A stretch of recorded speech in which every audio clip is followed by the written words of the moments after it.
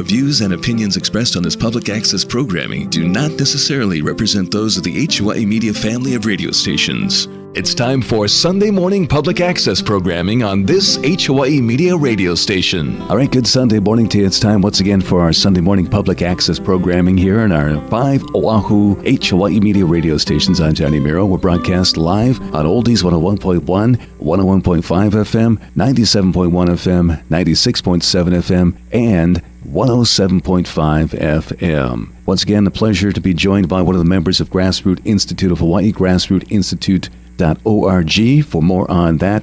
And it's tax season again here, and I'm just not talking about your tax return. The state legislators considered a lot of tax hikes and tax cuts this session. In fact, one of Governor Josh Green's biggest initiatives this year was the Green Affordability Plan, which would give tax relief across the board. So today, I'm joined by Joe Kent. He's the Executive Vice President of the Grassroot Institute. That's to get an update on the status of some of those tax bills. Joe, good morning to you. Good morning to you. Aloha. Yeah, good Sunday morning to you. Now, Joe, we've heard a lot about the governor's tax plan. Listeners are probably interested in what it does and where it's at in the legislature. I know it's pretty complicated, so can you explain it first? Yeah, sure. So this is a big, fat tax reduction, which is actually a good thing because it's a tax reduction for you and your listeners. It's across the board. Every single person in Hawaii would feel a reduction in their taxes, and this is a good thing. It would be the biggest tax reduction in the history of the state, and that's about a $300 million tax break, which it does through a mix of deductions, exemptions, indexes, and credits, and a bunch of complicated mechanisms. Too complicated, actually. But on net, it's a good thing. All right, what's your take on the plan, Joe? Do you have any concerns with it? Anything you really like? Oh, yes. Well, we basically love it. It's because when was the last time you heard any politician or lawmaker talk about a big tax cut? So, we have to give credit where credit is due. It's called the Green Affordability Plan, and it was introduced by Governor Josh Green. And so kudos to him for coming up with it. Now, there's a lot of mixed opinions once you get into the details. But Hawaii has had the highest cost of living in the nation for a long time. And our taxes in Hawaii have grown and grown over the past decade and risen to record high amounts. We're just used to high taxes in Hawaii, and that's why people are leaving the state in droves. And so it's about time for a tax break. Joe Kent, Executive Vice President of the Grassroot Institute. I don't remember this being part of his platform. Before I get to another question, it was about tax breaks as far as the general excise tax and food. Was this part of his platform? I don't recall it being during the. He didn't talk as much as he should have about this tax cut. Okay. I mean, I'm just identifying it as something that we all should be looking at. Whenever it comes to tax reductions, I think politicians in Hawaii are just not used to talking about them. And so it's just kind of a foreign language. Can you talk about some of the details of this, though? Yeah, sure. So it has 3 basic mechanisms that it does. Number one is it introduces credits, tax credits.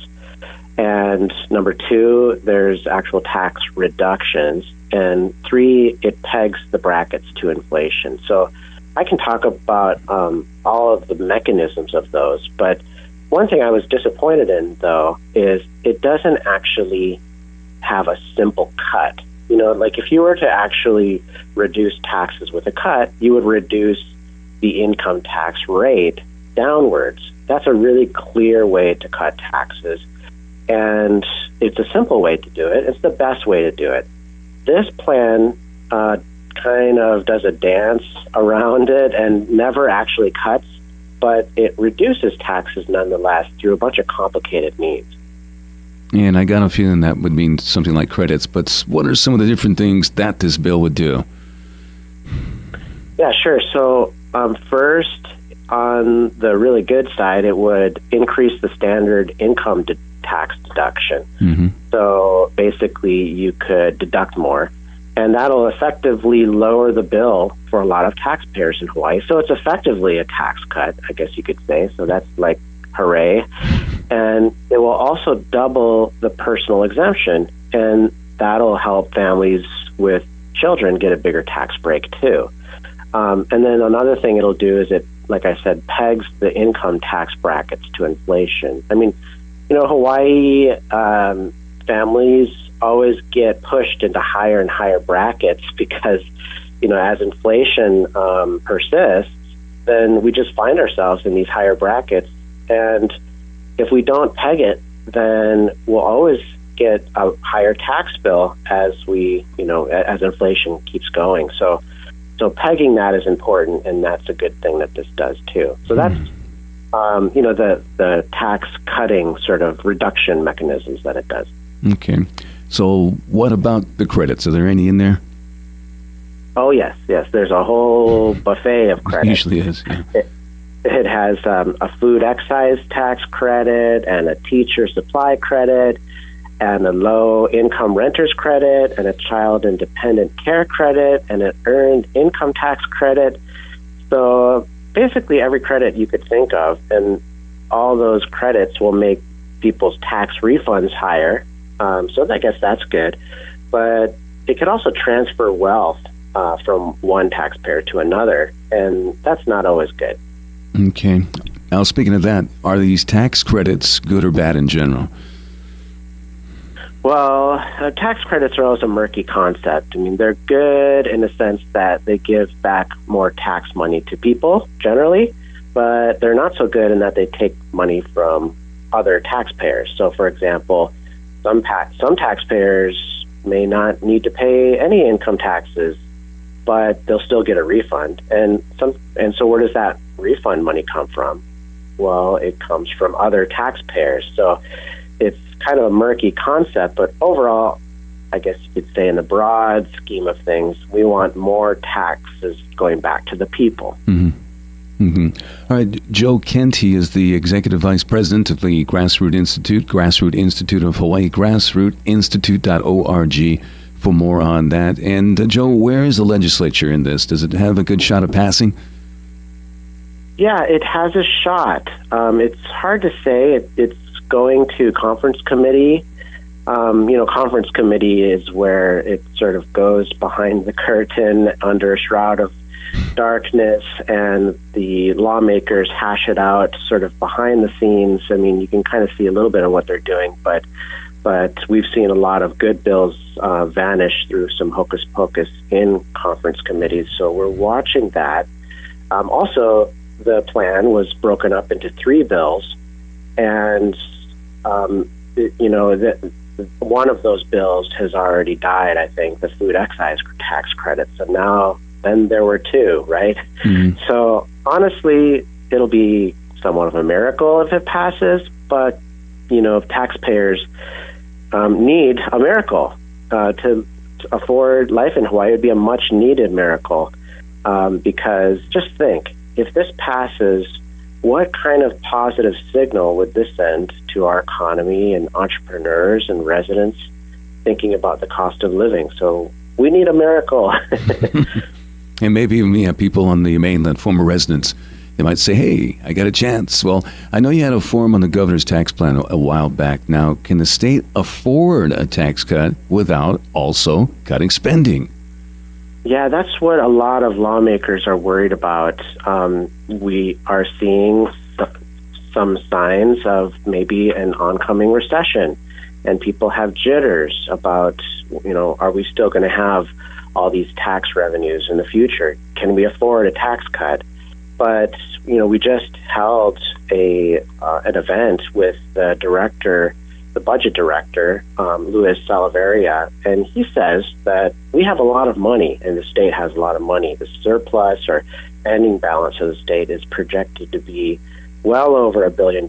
It could hit $2 billion, and in future years, it is projected to grow even more. I mean, the original projection was that the state would have a surplus of $10 billion in just a few years. So why do they need all that money? And we have $1 billion in the emergency reserve fund on top of that. So I mean, it's just not right for the government to hoard all that extra money. They should be giving it back. And so what the budget director said at our event was, there's no better opportune time to look at this. Mm-hmm. Now, I remember on the campaign trail, the governor suggested this, exempting food and medicine from the GET. I think you just touched on that a little bit. It sounded like it didn't gain any traction, right?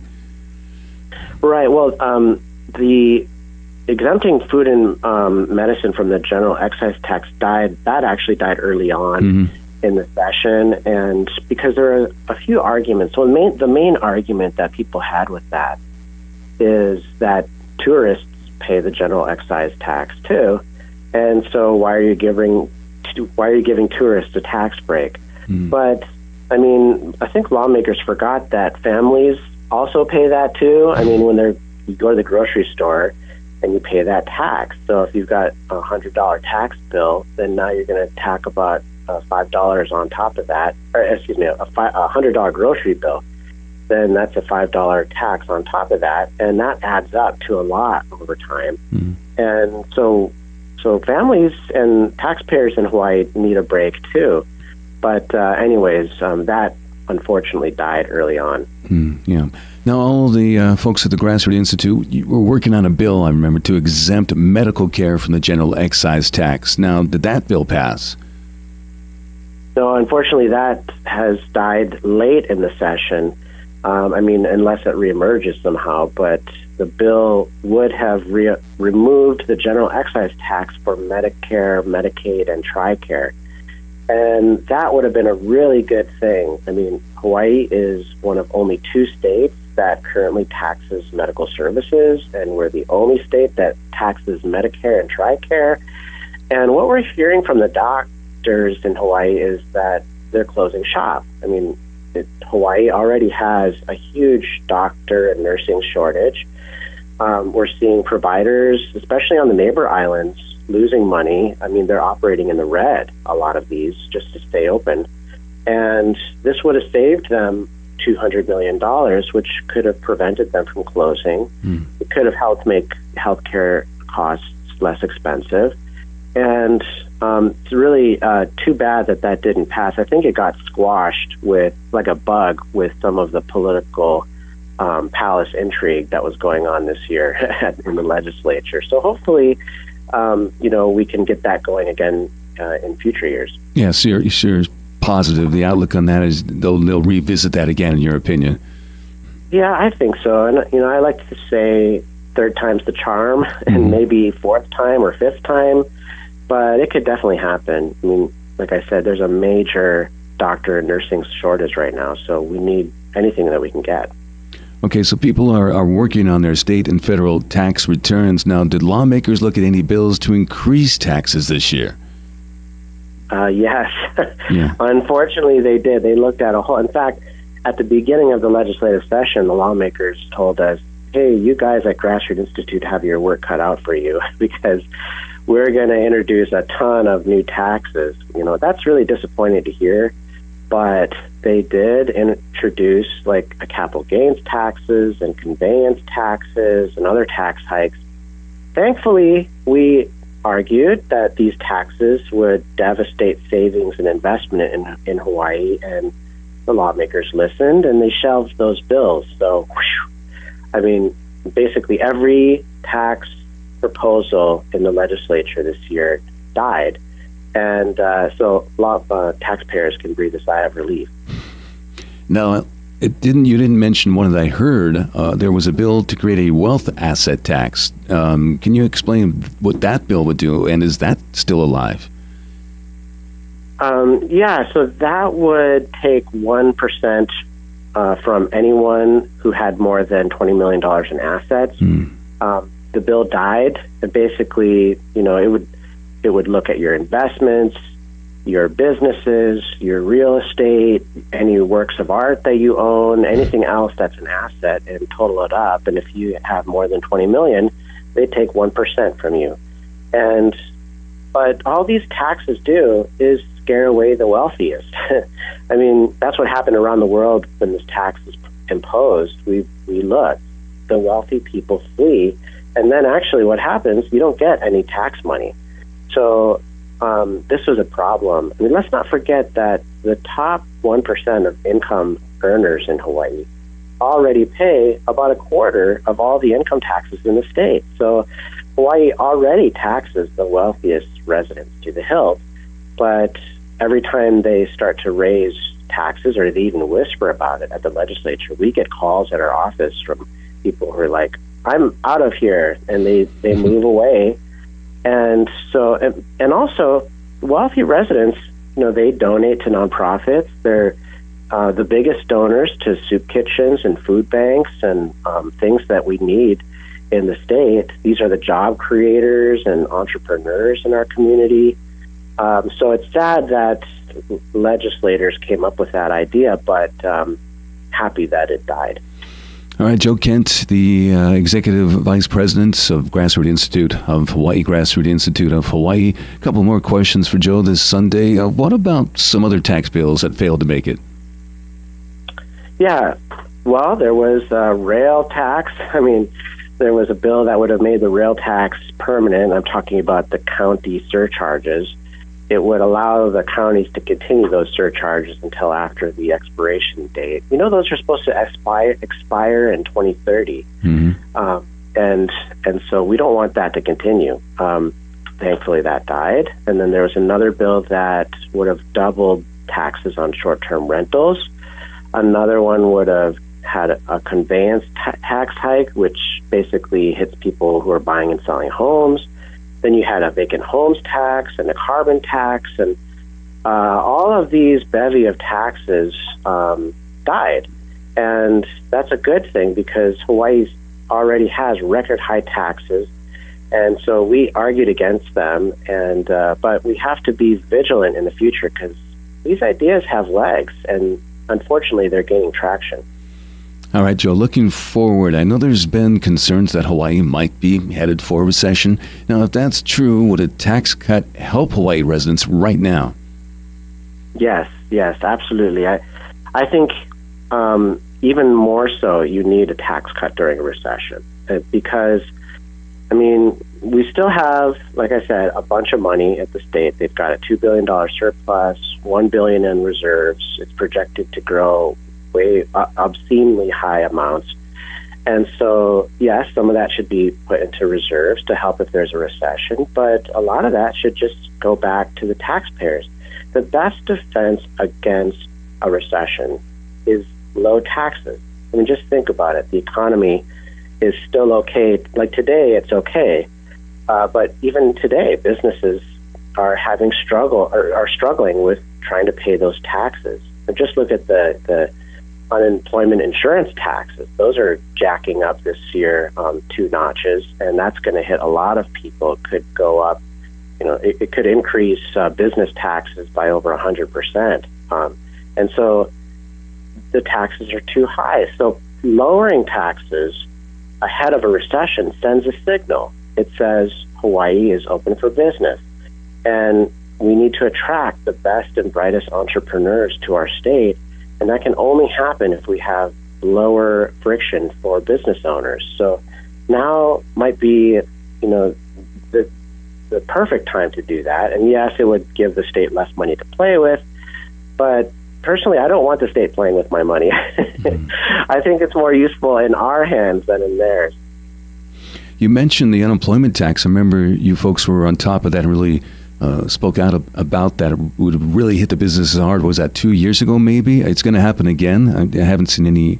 Yes. Okay. Can you... Yeah, so basically what happened is during 2020, the tax revenues fell off a cliff, and the businesses, there was a lot of unemployment. Businesses were shut down. And so we saw the unemployment fund drain. I mean, people get unemployment, and sometimes they wonder, where does all this unemployment money come from? Well, it turns out there's this fund at the state, and if the fund empties, then the tax goes up automatically. Well, that fund emptied even more than empty. It was like $500 million in the red. And so lawmakers took a bunch of the federal aid money, they bailed out the fund, and so now it's starting to get into the black again, but it's still kind of empty. And that means that the tax is going to automatically raise. Well, for the past 2 years, lawmakers have held the line and kept the tax low, even though it's supposed to automatically raise. But I think this year they must have forgot, because there were no bills about this at the legislature this year. And all of a sudden, we're getting calls at the Grassroots Institute from tax accountants and businesses saying, I can't pay this tax. So this is a big problem, especially for businesses that have lots of employees. They're going to get hit really hard with this. Wow, okay. I'm glad you guys brought that to light. I'm sure there'll be more discussion about this now. Is there anything else you'd like to add, Joe, before we let you go? Yeah, sure. I mean, we'll be watching what the lawmakers do to the green affordability plan in the conference committees, but I just have to say it's remarkable that a governor in Hawaii would actually do something that would benefit so many taxpayers. I mean, he deserves to be commended for introducing the idea. And if it doesn't pass this year, I mean, we're crossing our fingers, but if it doesn't pass this year, then it should keep being introduced, because we need relief. Taxpayers need relief. So let's keep on applauding this and celebrating it. And the more people we can get to cheerlead this idea, the more it'll happen. Okay, Joe, thanks. How can they reach you at the Grassroots Institute? Sure. Well, you go to grassrootinstitute.org, and you can find us on TikTok and YouTube and Facebook and Instagram and all of them. And we're doing really neat videos and memes and posts that basically break down everything in an easy-to-understand way.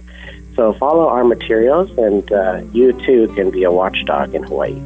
Great. Nice job today, and hopefully talking to you soon. Enjoy the rest of your Sunday, Joe, and give my thanks to the people at Grassroots Institute. And thanks for coming on Hawaii Media once again. Thanks so much, Johnny. Aloha.